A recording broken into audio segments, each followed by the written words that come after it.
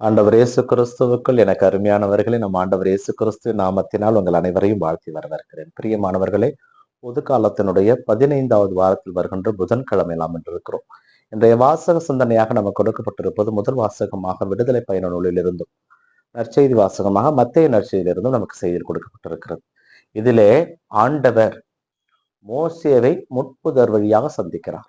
அது முட்புதர் பற்றி எரிந்தது, ஆனால் தீந்து போகவில்லை. அதை நெருங்கி வருகின்ற பொழுது ஆண்டவர், உனது பாதத்தில் இருக்கின்ற செருப்பை கலட்டி வைத்து வா, நீ நிற்கின்ற இடம் புனிதமானது என்று சொல்லுகிறார். இந்த வார்த்தையை நாம் பலமுறை படிக்க கேட்டிருப்போம், மற்றவர் படிக்க காதில் வாங்கியிருப்போம், நாம் படித்திருப்போம். ஆனால் நம்முடைய வாழ்வில இதை செயல்படுத்துவதே கிடையாது. புனிதம் என்று சொல்லப்படுகின்ற ஆலயத்திற்குள் எத்தனை முறை நாம் செருப்பை போட்டுக்கொண்டு உள்ளே சென்றிருக்கிறோம், சுத்தமாக இல்லாமல் சென்றிருக்கிறோம், தீய எண்ணங்களோடு சென்றிருக்கிறோம் என்பதை நாம் சிந்திக்க கடமைப்பட்டிருக்கிறோம். நம்முடைய வாழ்வு நம்முடைய செயல்களிலே அமைந்திருக்கிறது. நான் விவிலியத்தை படிக்கிறேன் என்று சொல்வார்கள், ஆனால் அந்த விவிலியத்தை வாழ்ந்து காட்ட மாட்டார்கள். நான் அனுதினமும் திருப்பலிக்கு செல்லுகிறேன் என்று சொல்வார்கள், அந்த திருப்பலுடைய பலன் அவர்களுக்கு கிடைப்பது கிடையாது. இவை அனைத்தையும் பேருக்காக, மற்றவர் பார்ப்பதற்காக செய்கிறோம் என்றால் அதிலே பலன் என்றும் எதுவுமே கிடையாது. ஆண்டவர் நம்மை தேர்ந்தெடுத்திருக்கிறார், நம்மோடு இருக்கிறார் என்றால் இந்த ஆலயமான இந்த உடலை நாம் எவ்வாறு பேணி பாதுகாக்க வேண்டும் என்பதை தான் நமக்கு வாசகங்கள் சுட்டி காட்டுகிறது.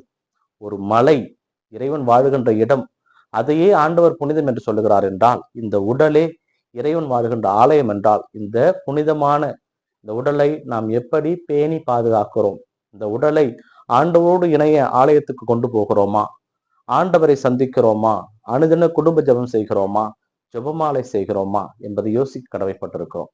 இதைதான் இந்த நற்செய்தி வாசகத்திலே ஆண்டவர் அழகாக சொல்லி இருக்கிறார். விண்ணுக்கும் மண்ணுக்கும் ஆண்டவரே உம்மை போற்றுகிறேன், ஏனெனில் ஞானிகளுக்கும் அறிஞர்களுக்கும் இதை மறைத்து குழந்தைகளுக்கு வெளிப்படுத்தினீரே. ஆம் தந்தையே, உமது திருவுளம் சிறந்தது என்கின்றார். எத்தனையோ பேர் விவிலியத்தை கரைத்து கொடுத்து இருப்பார்கள், அதிலே பல டாக்டர் பட்டங்கள் பெற்றிருப்பார்கள். ஆனால் அவர்கள் அறிந்த கடவுளை தான் நாமும் அறிந்திருக்கிறோம். அவர்களிடம் பேசுகின்ற கடவுள் தான் நம்மிடம் பேசுகிறார். அவரோடு இருக்கின்ற கடவுள் தான் நம்மிடமும் இருக்கின்றார். இந்த கடவுள் குழந்தையாக யார் மாறுகிறார்களோ அவர்களிலே இன்னும் அதிகமாக வாசம் செய்கிறார். எவன் ஒருவன் போட்டி பொறாமை இல்லாமல், பொய் சொல்லாமல் கடவுளுக்குரிய வாழ்க்கை வாழுகிறானோ அவனிலே கடவுள் கட்டாயமாக தஞ்சம் கொள்வார். அந்த கடவுள் நம்மோடு இருக்கின்ற கடவுள், நம் கடவுள் வாழுகின்ற கடவுள். அந்த கடவுளுடைய பிள்ளையாக வாழ தேவையான ஆசிரியை கேட்டு தொடர்ந்து மன்றாடுவோம். இந்த நாள் உங்களுக்கு இனிய நாளாகவே அமையட்டும். இறைவனையை சென்று வாழ்த்த பெறுவாராக. ஆமேன்.